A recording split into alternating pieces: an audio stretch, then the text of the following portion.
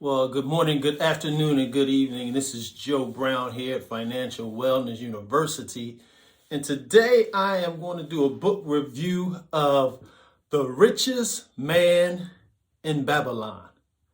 If you haven't heard of it, get familiar with it because it's a classic in personal finance and it will teach you some lessons that can benefit you for the rest of your life. So stay tuned.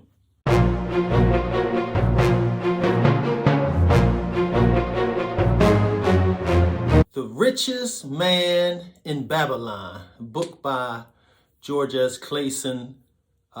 It is one of those classic books that are out there about personal finance, the importance of saving, the importance of putting aside money every time you get paid. And of course, The Richest Man in Babylon. Babylon was a real city. Now, I'm not sure if the stories are fictional, but the city was a real place, a very powerful city that had a kingdom that ruled a significant portion of the world for a significant period of time. So Babylon is real. It was a powerful city. It was the kind of city that would warrant a kind of story about the richest man in Babylon, because the whole city goal, if you read the book, you'll find the goal was to make that city a prominent city. So it's not unreasonable that one of the richest men that you could think about would come from a city like that.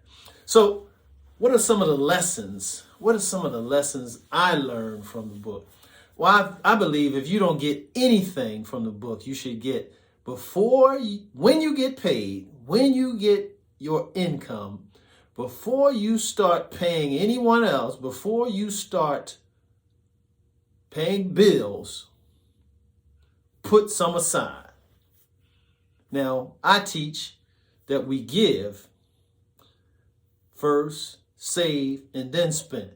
Give, save, and then spend. Now, they don't necessarily promote that in this book, but he does promote, and let me take that back. He does promote taking care of friends, but the whole premise is that you put some aside. You put a little bit aside so that you will always have something. You will always have money if you don't spend it all up.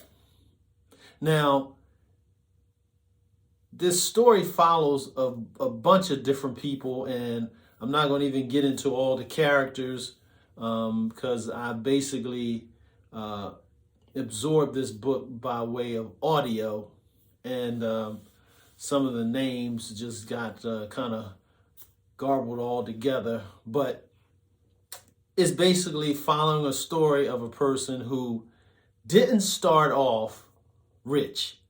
The richest man in Babylon wasn't always the richest man in Babylon. And that's encouragement to all of us that we don't have to start rich to finish rich. You don't have to start rich to finish rich. Now, Babylon was a city, or ancient times, you could actually be imprisoned for your debts. And or as an alternative to prison, you could be sold into slavery. And one of the questions that was asked in this book that made me think, the man said, "Do I have the soul of a slave?" And what I believe he was saying was, because he had fallen some hard, he had some high times, but he wasn't responsible with the money that he earned, and wound up going into debt and wound up losing it all, and then becoming someone's slave, and so that he didn't have the freedoms that he had before. And he asked himself the question, do I have the soul of a slave? Well, I'm not going to give away the whole entire book and how it flowed, but I will say he answered the question by some actions. If you want to change your state in life, if you want to change your position, there's some actions you need to take to change that position. And the first action is an internal one, meaning that you ought to think better about yourself. You ought to think positively. You ought to think that whatever you want to achieve is possible. And then when your mind is right, your body will follow. When your mind is on something, whatever your mind can get tuned. As a man thinketh, so is he. As a man thinketh, so is he. So get to the point where in this, if you don't take anything from this, have a mindset to say that my future is going to be better and brighter if I put aside some money. Now, they talked about when you put that money aside, what are you going to do with it?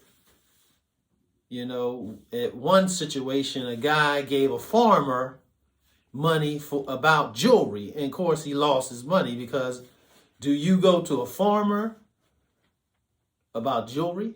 No, you go to a jeweler about jewelry. You go to a farmer about grain and food and things like that. So once you set that money aside, you got to use wisdom in how to invest it properly. So save before you spend.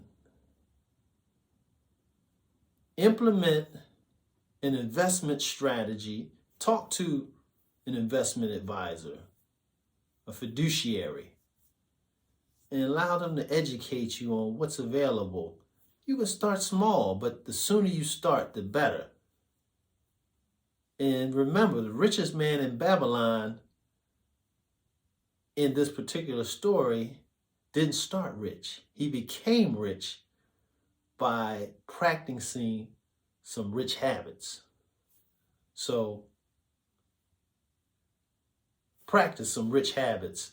And one of those rich habits is put money aside every time you get money and invest it wisely. If this video was helpful, hit that like button and also subscribe to the channel. And hit that little bell also so that you'll be notified when future videos become available. I want to thank you for hanging out with me, and please come back, leave some comments below, and share this video with other people that you believe want to experience financial wellness. Thanks, and God bless.